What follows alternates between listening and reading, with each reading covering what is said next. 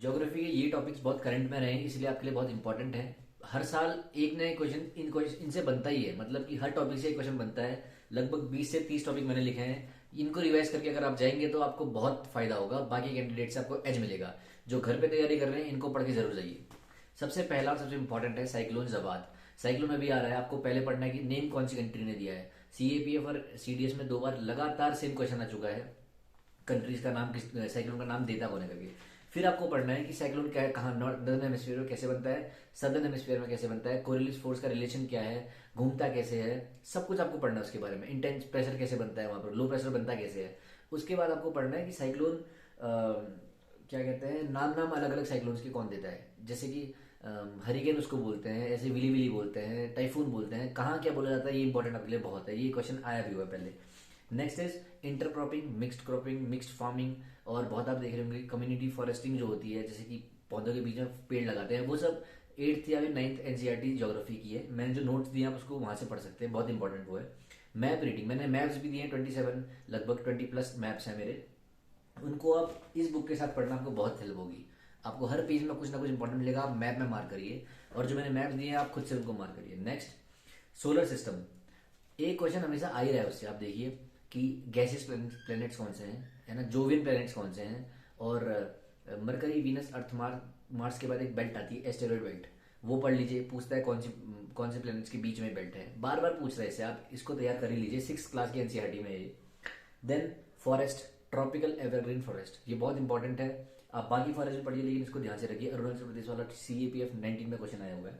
Soils, soil बहुत important है, आपको पढ़ना है कौन से सॉइल में काजू उगते हैं या फिर ईंट उगती हैं। आप कमेंट करके बताइए कौन से सॉइल में होता है वो, ईंट कौन से सॉइल से बनती है, या फिर काजू कहाँ उगते हैं। ऐसे ही एलुवियल सॉइल, खादर, बांगर, वो सब आपको पढ़ना है पूरा। देन है लैंड फॉर्म्स। लैंड फॉर्म से एक क्वेश्चन बनता ही बनता है, CIRQE, सर्क क्या होता है, मेंडरिंग क्या होती है, या फिर स्टेलेक्टाइट, स्टेलेगमाइट क्या होता है, ड्रमलिन्स को ट्रोपोग्राफी ऑफ एग्स क्यों बोलते हैं, एक्स बास्केट क्यों बोलते हैं उसको। फिर ये पॉइंट बार्स क्या होता है, या फिर नेचुरल लीव्स क्या होते हैं। ये सब आपको तब पता लगेगा जब आप इसमें लैंड फॉर्म वाला चैप्टर पढ़ेंगे, बहुत इंपॉर्टेंट है। एक क्वेश्चन वहां से आने आने लिख के ले लीजिए। फिर है वेजिटेशन पे, यानी राइस में क्या क्या चाहिए, कितना परसेंट, कितनी डिग्री चाहिए, कितना, कौन सी मिट्टी चाहिए। ऐसे ही कॉफी का, अरेबिका, रोबस्टा, ये आपको पढ़ना पड़ेगा खुद से ढूंढ के। मैंने नोट्स में दिया हुआ है, आप जो PDF वाली है, जो मैंने हैंड रिटन नोट्स हैं 6 से 12th वाले, उसमें आपको मिल जाएगा ये सब। फिर है एग्रीकल्चर का, शिफ्टिंग एग्रीकल्चर, मलपा लडांग वाला जो है, और क्या कहते हैं रोका जो ब्राजील में है, ये आपको पढ़ लेना है, 2 बार आ चुका है लगातार। चार्ट ऑफ इंडियन लैंग्वेजेस, यानी कि 4 टाइप की इंडियन फैमिलीज हैं, जो एक बार NDA में 2021 में आया है। सेम क्वेश्चन CDS में आ रखा है कि इंडो आर्यन कौन सा है, इंडो ड्रेविडियन कौन सा है। ये आपको लगातार 3 बार पूछ चुका है, तो आप ये तैयार कर लीजिए। चार्ट ऑफ इंडियन लैंग्वेजेस इस वाली बुक में वो है, जिनके पास नोट्स नहीं है वो इस बुक से पढ़ लीजिए। उसके बाद है क्रॉप्स, सारे क्रॉप्स पढ़ लीजिए जो इंपॉर्टेंट है। मैंने जो नोट्स में दे रखा है एनसीईआरटी का 8th क्लास में, वो ज्यादा इंपॉर्टेंट है। Then ports, queen of Arabian, port of Arabian sea करके, क्वीन करके जो है कोची पोर्ट, एक बार वो क्वेश्चन भी आ रखा है। इसके साथ साथ आ रखा है कि जवाहरलाल नेहरू पोर्ट में क्या इंपॉर्टेंट है, नेचुरल हार्बर वाला विशाखापट्टनम है कि कौन सा है। ऐसे ही नावा शिवा कहाँ है, ये आपको पढ़ना बहुत इंपॉर्टेंट है। कांडला हो गया, या फिर जो भी पोर्ट है आपको एक बार पढ़ लीजिए वो। उसके बाद है मेडिटेरेनियन एग्रीकल्चर, यहाँ से एक क्वेश्चन हमेशा बन रही है, जैसे कि सिट्रस फ्रूट्स कहाँ, कौन से प्लांटेशन के रहते हैं, या फिर इसको कुछ बोलते भी हैं, मेरे को नाम, विटिकल्चर, विटिकल्चर कहाँ का फेमस है, ये आता है। मेडिटेरेनियन इसका आंसर है, ये पढ़ लीजिएगा आप। इस बुक में भी है वो मेडिटेरेनियन वाला। मैं आपको पेज अगर बता दूं तो पेज में आप ढूंढ लेना, मेडिटेरेनियन एग्रीकल्चर करके कहाँ है, उससे आपको पता चल जाएगा। उसके बाद है चेनाब रिवर, कुछ ब्रिज बन रहा है तो बहुत इंपॉर्टेंट है इसके। आप चेनाब, इंडस के बाकी जो ट्रिब्यूटरीज हैं आप वो भी पढ़ लीजिए एक बार। उसके बाद कोल शॉर्टेज हुई थी, तो बेस्ट कौन सा कोल होता है, एंथ्रासाइट। ऐसे ही मैंने अपने नोट्स में सब कुछ दिया है, वहां आपको कोल के बारे में मिलेगा, वो आप पढ़ लीजिए। वरना आप एनसीईआरटीज में ढूंढ लीजिए कोल के बारे में, गूगल कर लीजिए कोल के बारे में, बहुत इंपॉर्टेंट है टॉपिक। अभी रेडियो सिग्नल के बारे में बात हुई थी, आप ये पढ़िए कि एटमोस्फेयर की लेयर्स रहती है 5, ट्रोपो, स्ट्रेटो, मीजो, थर्मो, एक्सो। उसमें आयंस कौन से लेयर में रहते हैं, ये आपके लिए इंपॉर्टेंट क्वेश्चन है इस बार में। इसके बाद मणिपुर कोई नौनी वैली है, वहां वर्ल्ड का टॉलेस्ट ब्रिज बन रहा है, तो नौनी वैली कहाँ है ये आ सकता है। उसके बाद मणिपुर के आसपास के स्टेट्स आप एक बार देख लीजिएगा ये मैप में, क्योंकि होता क्या है ना, नॉर्थ ईस्ट को थोड़ा नेग्लेक्ट करते हैं बाकी लोग, इसीलिए यूपीएससी ज्यादा फोकस यहीं करती है और यहीं से पूछती है। एक बार बहुत कोई सिंपल क्वेश्चन पूछ दिया था कि न मा मी नागालैंड मणिपुर मिजोरम ऐसे करके पूछ लिया था कहाँ कौन सा स्टेट है। लोगों को यही नहीं आता कि हम इंडिया में रह के भी बता नहीं पाते कि कौन सा स्टेट कहाँ पे। एक बार वो आप पढ़ लीजिएगा जरूर। वहाँ कौन सी नदी ब्रह्मपुत्र है उसके बारे में पढ़ लीजिए। गंगा इंपॉर्टेंट है। ऐसे ही जो रिवर्स हैं एक बार उनके ओवरव्यू देख लेना उसका आप। उसके बाद वॉल्केनो और अर्थक्वेक दोनों न्यूज़ में है। वॉल्केनो कहीं आया था, शायद इंडोनेशिया में ही आता होगा, आया है।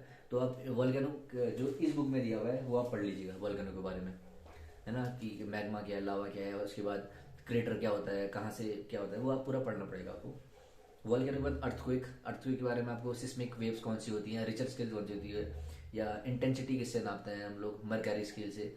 ऐसे ही काफ़ी चीज़ अर्थक्वेक में है, P waves, S waves, surface waves, ये सब आपको पढ़ना है। और कौन से शैडो एरिया कहाँ है, ये मैं आपको इसलिए बता रहा हूँ बिना पढ़े क्योंकि मैंने कम से कम 100 बार पढ़ दी होगी ये बुक। तो मेरे को हर पेज में पता है कहाँ क्या पूछ रखा है। इसीलिए आप अगर मेरे नोट्स नहीं भी लेना चाहते तो इंस्टाग्राम में मैं free of cost daily question पूछता हूँ एनसीईआरटी बेस्ड, और प्रीवियस क्वेश्चन पेपर उनके आंसर भी दिखाता हूँ। आप वहाँ मेरे को फॉलो कर सकते हैं, सेम नाम में बढ़ती हो बढ़ती आपको हेल्प होगी। Okay, moving ahead. उसके बाद है नया टाइगर रिजर्व कहीं बना है। तो आप टाइगर रिजर्व क्या होता है, इसके साथ नेशनल पार्क क्या होता है, बायोस्फीयर रिजर्व क्या होता है, इंडिया में कितने टोटल बायोस्फीयर रिजर्व है, MAN बायोस्फीयर रिजर्व क्या होता है, ये आपको पढ़ना पड़ेगा। वो भी इसी बुक में है। मैंने मार्क करके इसका PDF भी दिया है, कहाँ कहाँ क्वेश्चन पूछे सब मार्क है इसमें, वो भी मैंने आपको PDF दे रखा है, वहाँ से पढ़िए। उसके बाद है टाइफून।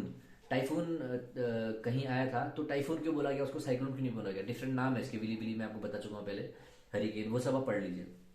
उसके बाद है मल्लापेरिया डैम, ये केरला में है। आपको पूछ सकता है कि मल्लापेरिया डैम कहाँ है, या फिर ये नदी कहाँ है, केरला में है। इसको लेके आप डैम वाला पढ़ लीजिए एक बार, जैसे मेट्टू डैम कहाँ है, या फिर कृष्ण सागर राज डैम ये कहाँ है, रिजर्वियर कहाँ है। तो आपको ये क्वेश्चन यहाँ इंपॉर्टेंट है, मैंने वो भी दे रखा है नोट्स में अपने। उसके बाद है हर चैप्टर के, एनसीईआरटी में हर चैप्टर के पीछे क्वेश्चनेयर होता है। जैसे कि जो भी आप पढ़ रहे हैं उसके पीछे क्वेश्चन पूछते हैं MCQ फॉर्म में, वो करके जाइए।